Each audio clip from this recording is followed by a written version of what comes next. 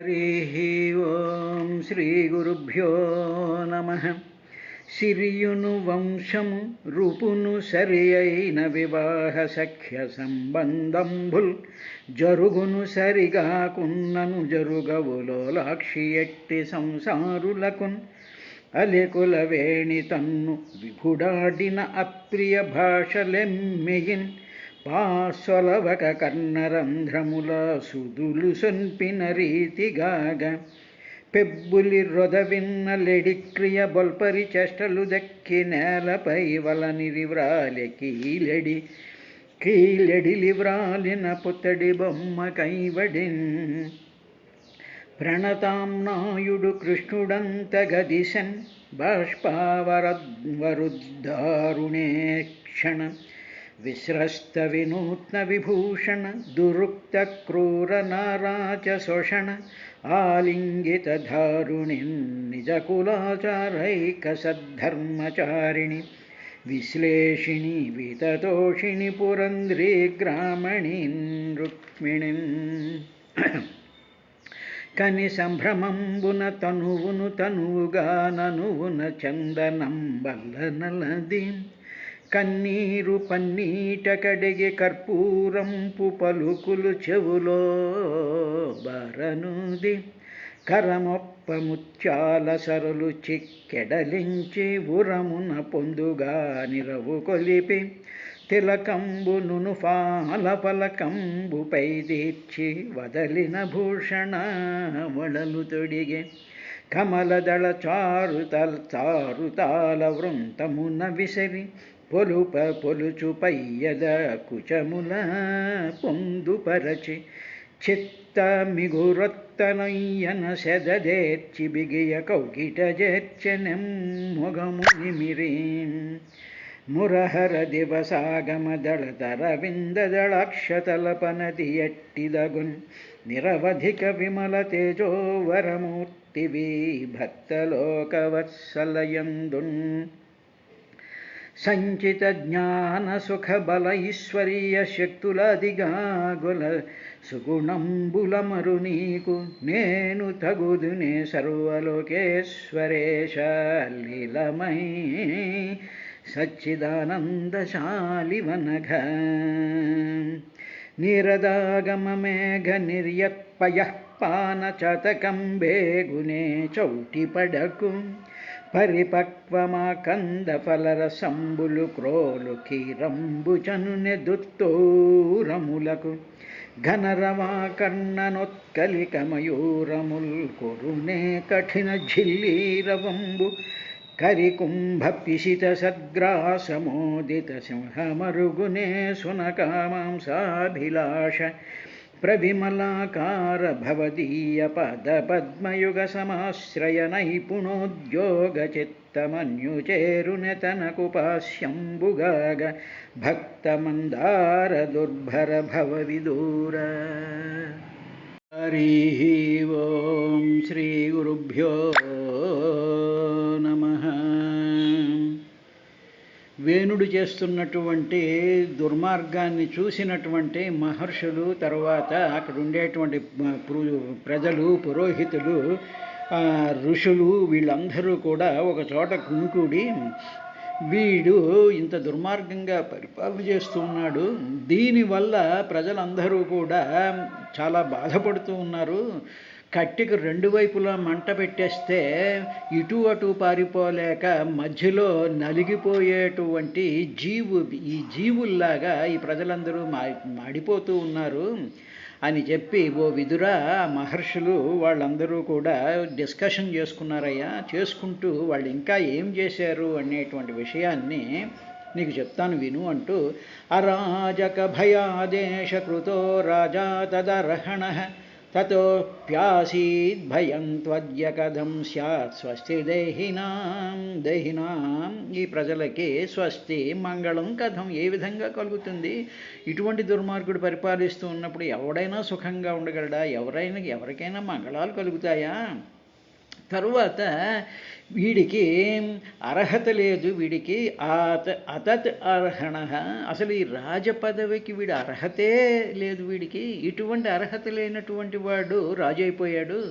అదేవిధంగా మనం చూస్తున్నాం, ఏ మాత్రం అర్హత లేనటువంటి గుండాలు, అవినీతిపరులు, దుర్మార్గులు, దుష్టులు, తర్వాత దురాశాపరులు, వీళ్ళందరూ కూడా రాజ్యాధికారం చెందిన తర్వాత అక్కడ ఉండేటువంటి ప్రజానీకానికి ఎంత ద్రోహం, ఎంత భయం కలుగుతుందో అది ఆనాటి నుంచి ఈనాటి వరకు ప్రజల్లో ఇదంతా కనిపిస్తూనే ఉండేటువంటి విశేషం మనకు ఒక్కసారి గుర్తుకొస్తుంది. అంటూ వాళ్ళు ఈ వేణుడు రాజుగా చేయబడ్డాడు, అర్హత లేనటువంటి వాడిని రాజుగా చేయబడ్డాడు, ఇదంతా కూడా దీనివల్ల ప్రజలందరూ కూడా భయపడుతున్నారు అని చెప్పిన తరువాత ఇంకా వాళ్ళలో వాళ్ళు డిస్కస్ చేసుకుంటూ ఈ విధంగా అహేరివ పయః పోషకస్యాప్యనర్ధభృత్ వేనః ప్రకృత్యైవ ఖలః సునిధా గర్భసంభవః. అహేహే, అహే అంటే పాము, అహి అంటే పాము, పాముకి పయః పోష, పాము బాగా నిగనిగలాడుతోంది, మంచి పొడుగ్గా ఉంది, మంచి ఇదిగా ఉంది అని చెప్పేసేసి పయః పోష, పాలను పోసి పుంచటం ఏమవుతుందంటే పోషకస్యాపి, ఆ పోషించేటువంటి వాడు ఎవడైతే ఉన్నాడో వాడికి పోషకస్యాపి, వాడికి కూడా అనర్ధభృత్ ఇవ, అనర్థం తెచ్చిపెట్టేస్తుంది ఆ పాము. ఒక్కసారి వాడిని, దాని యొక్క నేచర్ ఏమిటంటే కరవడమే దాని నేచర్, అవినీతే వాడి నేచర్, దుష్టత్వమే వాడి నేచర్, గుండాగిరియే వాడి యొక్క గుణం, వాడు ఆ విధంగా పెరిగాడు అంతే.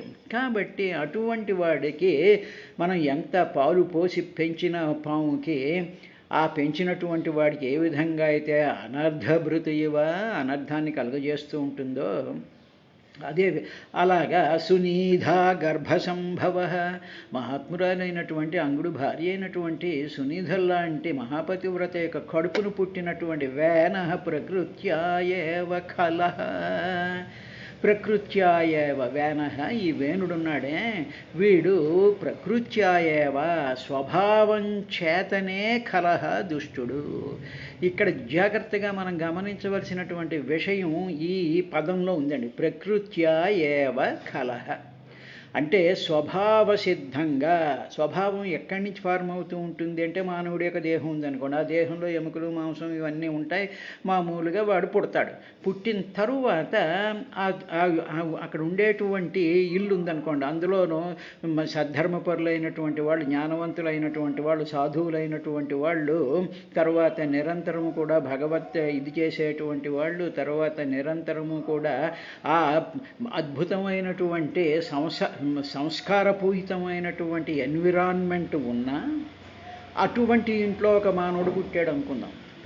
పుట్టేటప్పుడు వాడు దేనివల్ల పుడతాడు అంటే ఈ సంస్కారాలు, ఆ ఇంట్లో ఉండేటువంటి సంస్కారాలు వాటి వల్ల కాకుండా వాడి ప్రకృతి స్వభావ, వాడి స్వభావం ఒకటి ఉంటుంది. ఏమిటి వాడి స్వభావం అంటే వాడు పూర్వజన్మల్లో చేసుకున్నటువంటి పాపాల వల్ల, కల్మషాల వల్ల, దోషాల వల్ల వాటి యొక్క ప్రభావం చేత వాడు ఏదో ఒక చిన్న పుణ్యం చేసుంటాడు, చేసుండి వాళ్ళలో మార్పు కలుగుతుందేమో అన్నట్టుగా భగవంతుడు ఏదో వాడి మీద కృప జరిపి ఇటువంటి వాళ్ళ ఇంట్లో పుట్టించాడు, చేస్తాడు.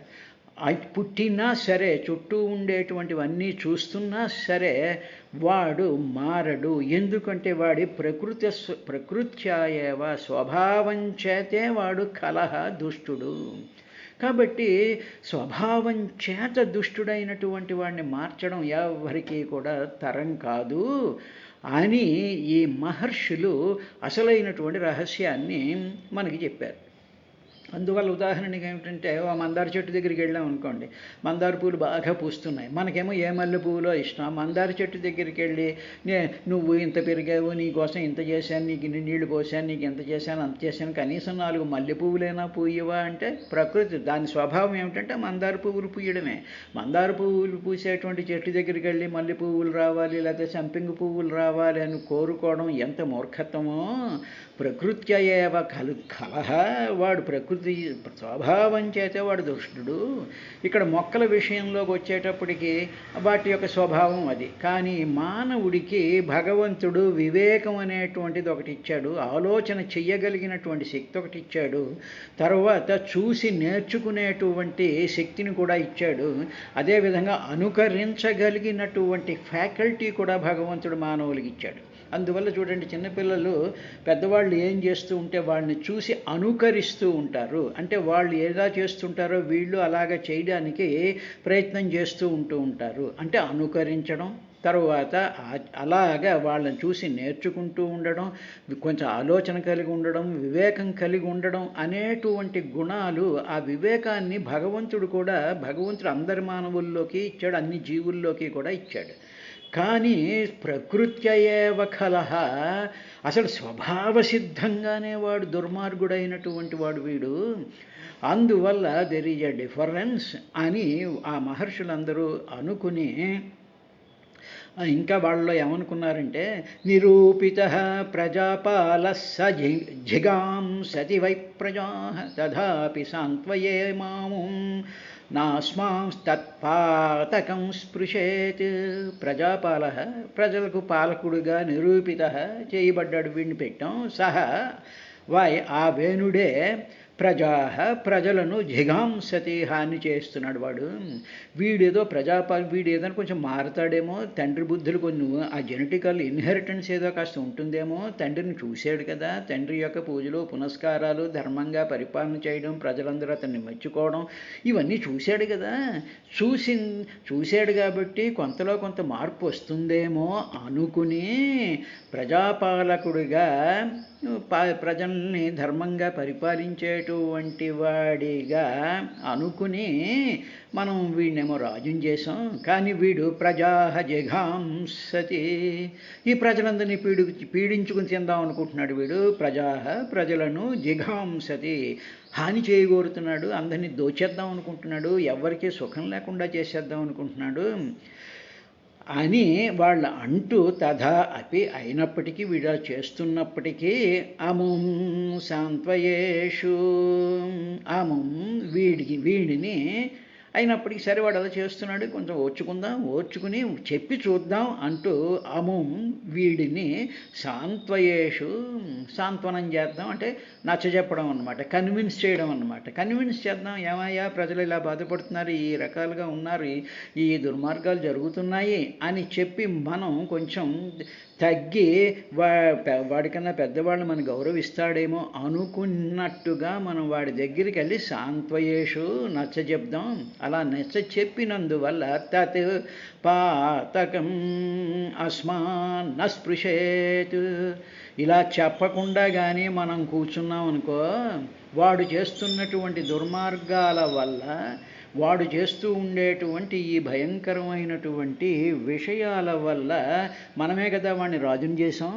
కాబట్టి ఆ దోషాల్ని మనం చూస్తూ ఉన్నప్పుడు, నువ్వు ఇలా దోషాలు చేస్తున్నావు, ఇది సరైనటువంటి పద్ధతి కాదు అని మనం చెప్పకపోయినట్లయితే ఏం జరుగుతుంది అంటే, తత్ పాతకం, ఆ పాతకం ఉందే, వాడు చేస్తున్నటువంటి పాతకాలు మనని స్పృశేత్, మనకి తగులితే ఆ పాతకాలు దోషాలు చూస్తున్నప్పుడు, ఏమండి దోషం చేస్తున్నారండి, ఇలా కాదండి, ఇది పద్ధతి అని చెప్పి, ఈ బ్రాహ్మలు కానీ ఈ పురోహితులు కానీ, కాదండి ఏమండి ఏతి సూతకంలో మీరు ఉద్యాపనలు చేయకూడదు, ఏతి సూతకంలో మీరు గర్భగుడిలోకి వెళ్ళకూడదు, ఏతి సూతకంలో మీరు ఏ విధమైనటువంటి ఈ శుభకార్యాలు వాటిని తలపెట్టకూడదు, ఒక నిత్యానుష్ఠానమే చేసుకోవాలి.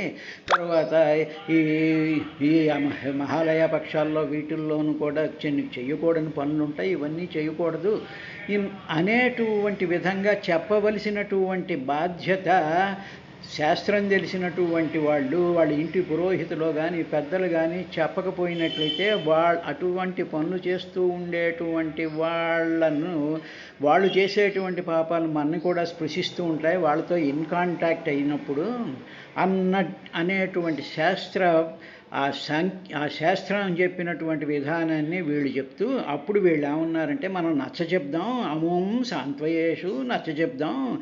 అలా నచ్చ చెప్పడం వల్ల తత్ పాతకం అస్మాన్ నస్పృశేత్, అలా చెప్దాం వెళ్ళి చెప్తే కనీసం చెప్పినందుకైనా మనకి వాడు చేస్తున్నటువంటి ఆ పాపం మనని అంటకుండా ఉంటుంది. మనం కనీసం చెప్పాలి, చెప్తే అలా వాళ్ళు చేస్తూ ఉండేటువంటి పాతకాలు మనకి నస్పృశేత్ అనేటువంటి ఒక సామాజిక స్పృహని, సామాజికంగా మనం ఆచరించవలసినటువంటి కర్తవ్యాన్ని భాగవతం బోధిస్తుంది. ఎవరో రౌడీలో లేకపోతే వీళ్ళో వాళ్ళు ఏదో చేస్తూ ఉంటారు. చేస్తూ ఉన్నప్పుడు వాళ్ళు దగ్గరికి అయ్యా మీరు ఈ పనులు చేస్తున్నారు, ఇవి చెడ్డవి, ఇవి చేయకండి, ఇలాగా దీనివల్ల ప్రజలు కష్టపడుతున్నారు, మేము కష్టపడుతున్నాం, దీనివల్ల ఇవి ఉన్నాయి అని మనం చెప్పకపోయినట్లయితే వాళ్ళు ఆ విధంగా మీ ఇష్టం వచ్చినట్టు చేయండి, పర్వాలేదు, మీ చుట్టూ మేము చేరుతాం, తప్పట్లో కొడతాం, మీరంటే మాకు చాలా ఇష్టం అనేటువంటి విధంగా మనని మోసం చేసుకుంటూ వాళ్ళని ఎంకరేజ్ చేస్తూ ఉంటే ఆ పాపం మనకి తగులుతుంది అనేటువంటి విషయాన్ని మనం ఈ సందర్భంలో గుర్తు చేసుకోవాలి విదురా అన్నట్టుగా. అప్పుడు ఈ మహర్షులు నస్పృశేత్, ఆ పాపం మనకు తగలుకుండుగాక అని ఇంకా వాళ్ళు ఏమన్నారంటే తద్విద్వద్భిరసద్వృత్తో వేనోస్మాభికృతో నృపః సాంత్వితో యది నో వాచం న గృహీష్యత్యధర్మకృతే లోకధిక్కార సందగ్ధం దహిష్యాం స్వసేజసాః. తత్ విద్వద్భిః, ఆ వేణుని విత్ తెలుసుకుని, ఇదేమిటి బిహి, ఆ దుష్టత్వం ఎరిగినటువంటి అస్మాభిః, వాడు దుష్టత్వం చూస్తున్నాగా మనకు తెలుస్తోందిగా, అస్మాభిః మనల చేత అసత్వృత్తః అంటే ఏమిటి, అసత్ చెయ్యకూడనటువంటి దోషపు పనులు, దుర్మార్గ పనులు, అవినీతి పనులు, క్రూరమైనటువంటి పనులు, హాని పనులు చేస్తూ ఉండేటువంటి అసత్ వృత్త, వృత్త అంటే స్వభావం, అటువంటి స్వభావం కలిగినటు వేనః నృపః కృతాః, అటువంటి దుర్మార్గ పనులు చేసేటువంటి వేణుణ్ణి మనం రాజుగా చేసుకున్నాం, రాజుగా చేయబడ్డాడు, చేసాము అని అనకుండా చేయబడినాడు అన్నారు. అంటే ఇదంతా భగవత్ ప్రేరణ వల్ల జరుగుతోంది. ఎందుకంటే ఈ మాట్లాడుతున్నటువంటి వాళ్ళు మునులు కాబట్టి, ఋషులు కాబట్టి వాళ్ళే చేశారు. చేసినా సరే వాళ్ళు ఓహో స్వామి నీ యొక్క మాయా ప్రభావం వల్ల, నీ యొక్క దీనివల్ల మా కళ్ళు మూసుకుపోయి మేమే ఈ విధంగా చేసాం, కారణం చేయించేటువంటి వాడివి నువ్వు అనేటువంటి ఒకానొక భావం వాళ్ళ మనసులోకి ఉండి కృతః చేయబడ్డాడు.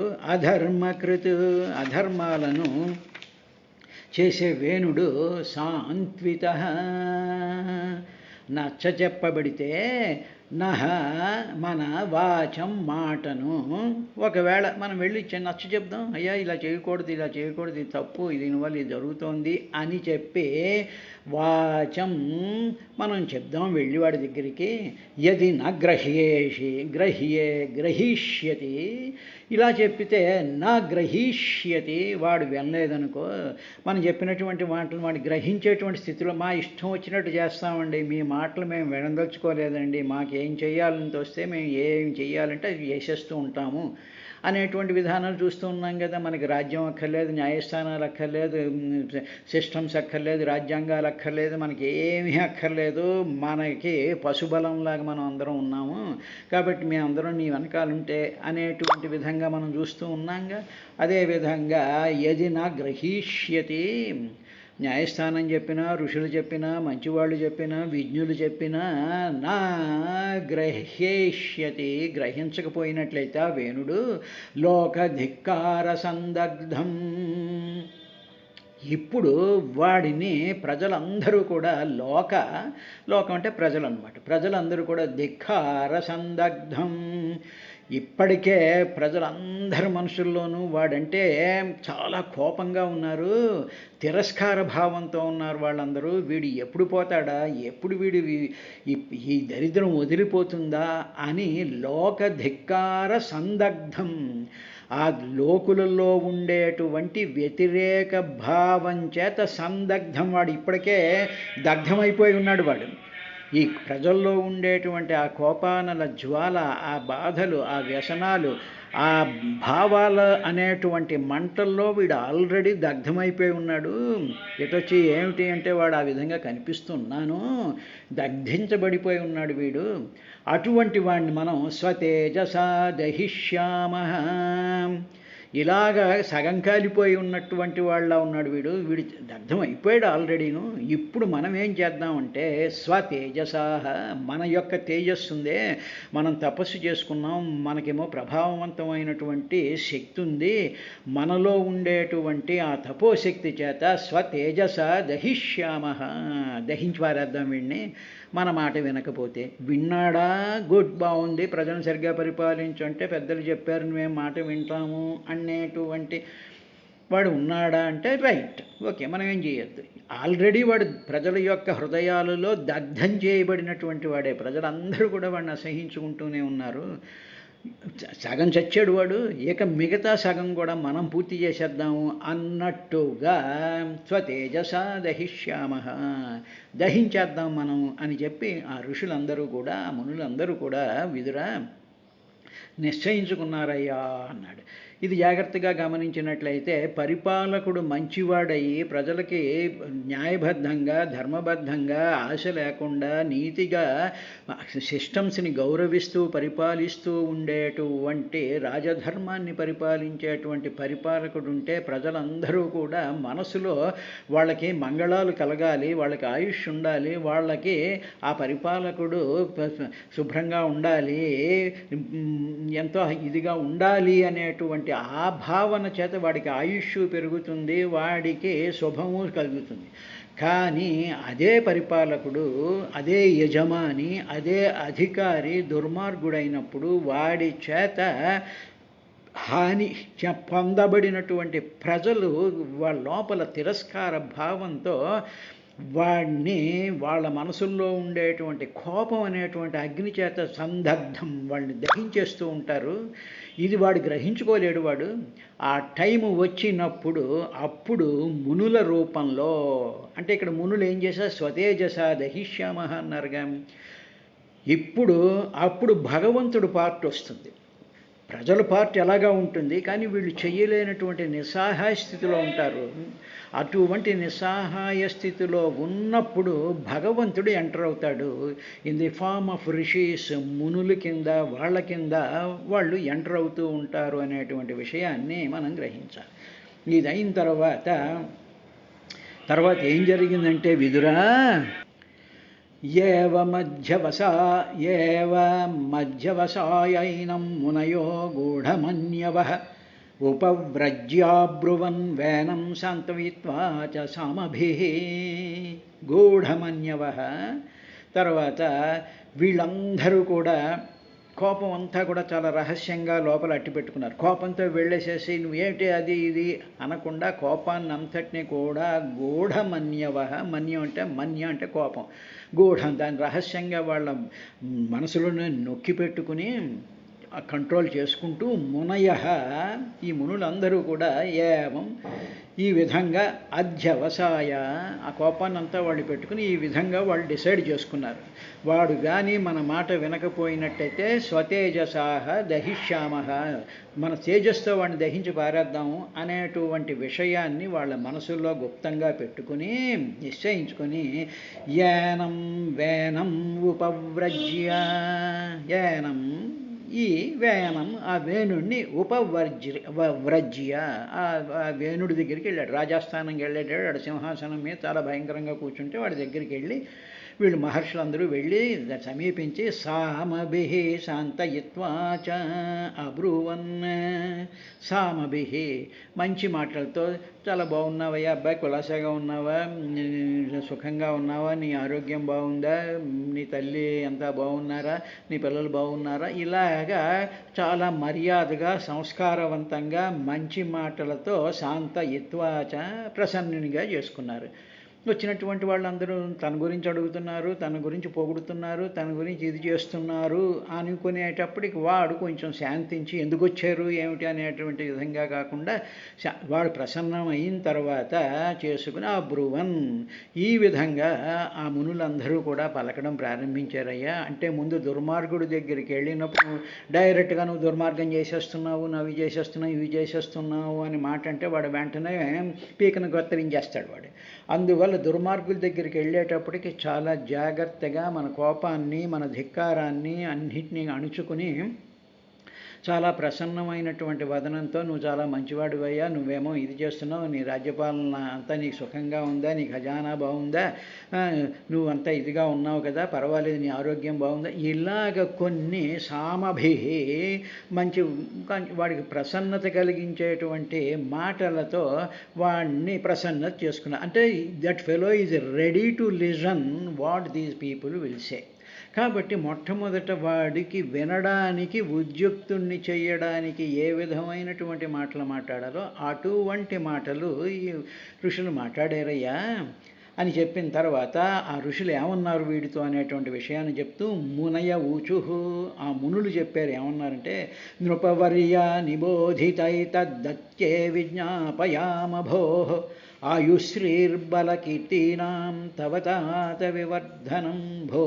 ఓయే నృపవర్య, ఓ మహారాజా, తాత, ఓ వత్స, ఓ పిల్లవాడ, ఎందుకంటే వాళ్ళకన్నా చిన్నవాడు కాబట్టి, ఓ తాత, ఏతత్ ఈ విషయమును నిబోధ తెలియము, మేము వాడు చెప్పదలుచుకున్నామయ్యా, నువ్వు ప్రసన్నంగా ఉన్నావు కదా, నిబోధయ విన్నవించుకుందాం అనుకుంటాం, నిబోధ తెలుసుకో, యత్ దేనిని మేము చెప్పదలుచుకున్నది ఏమిటంటే అది నీ కొరకు విజ్ఞాపయామా, విన్నవించుకుంటున్నా నీకు. అంతటి మహానుభావులైనటువంటి ఋషులు వాడితో నీకు విన్నవించుకుంటున్నాము. అది తవ నీకు మేము చెప్పబోయేటువంటిదంతా కూడా నీకు ఆయుశ్రీ బలకీర్తినాం వివర్ధనం, నీకు మేము చెప్పేటువంటి మాటలు నువ్వు వింటే నీకు ఆయుష్ కలుగుతుంది, ధనం కలుగుతుంది, బలం వస్తుంది, కీర్తి వస్తుంది, కీర్తి వివర్ధనం, నీ కీర్తి పెరుగుతుంది, మా మాటలు విను అని చెప్పి ఆ మునులు వాడితో అన్నాడయ్యా. ఏమన్నారు అనేటువంటి విషయాన్ని, వాడి రియాక్షన్ని రేపటి కార్యక్రమంలో చూద్దాం.